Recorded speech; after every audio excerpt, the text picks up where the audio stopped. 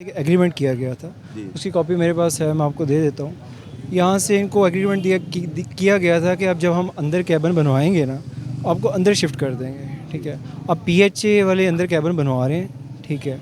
और वो जो एग्रीमेंट आज से 6 माह पहले हुआ था, उसी पे अमल दरामद हो रहा है। अच्छा, अभी जो ऑपरेशन है ये कहाँ तक जाएगा और कहाँ तक आप जो है ये रेडी बाज़ार और खोखे लगे हैं इनको उखाड़ेंगे? जी, अल्फतह ग्राउंड के सराउंडिंग में जितने भी हैं, जिस बंदे ने एग्रीमेंट किया हुआ है, उन सबको ख़त्म करके यहाँ से शिफ्ट करेंगे। अच्छा, जो गैर कानूनी जो तजावज़ात हैं उसके खिलाफ आप क्या ऑपरेशन करेंगे? जी, पूरी मार्केट में ऑपरेशन किया हुआ है, कॉरिडोर बिल्कुल क्लियर हैं। जो कंप्लायंस नहीं दे रहा उसको फ़ाइन कर रहे हैं, फिर भी नहीं करेगा तो सील करेंगे और FIR देंगे। अच्छा, FIR में कितने जुर्माने आपने किए हैं अभी तक?